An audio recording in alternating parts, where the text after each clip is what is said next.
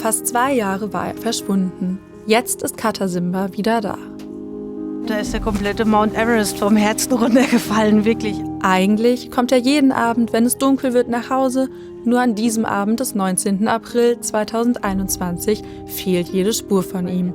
Michelle Schilling aus Freigericht ist verzweifelt.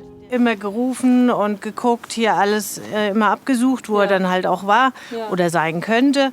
Plakate aufgehängt, hier überall bei uns hier am Kaufhaus und so. Und habe alles Mögliche im Bekanntenkreis gesucht, aber er war verschwunden.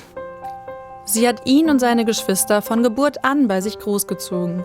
Nun macht sie sich große Sorgen um ihren zutraulichen Kater. Wenn so eine Katze verschwindet, man macht sich dann immer Gedanken, was ist passiert? Ist er vielleicht totgefahren worden? Bei Freigängern ist das so. Ist er vielleicht weggekommen, dass ihn irgendjemand mitgenommen hat?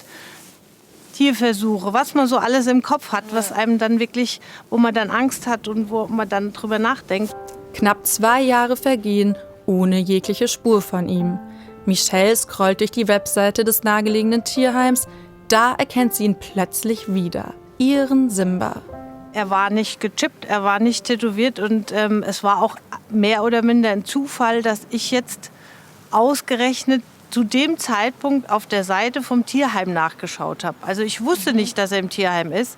Und ich gucke manchmal eben bei den Bildern vom Tierheim, weil ich auch vielleicht eine arme Seele retten möchte.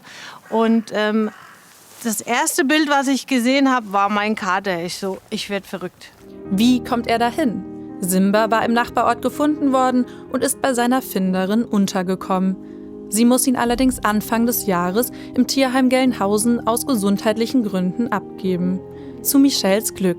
An den Moment des Wiedersehens denkt sie gerne zurück. Ich habe dann gerufen, da hat er sofort geantwortet. Also er hat sofort sich dann auf den Arm nehmen lassen, hat sich streicheln lassen, als ob nie was gewesen wäre.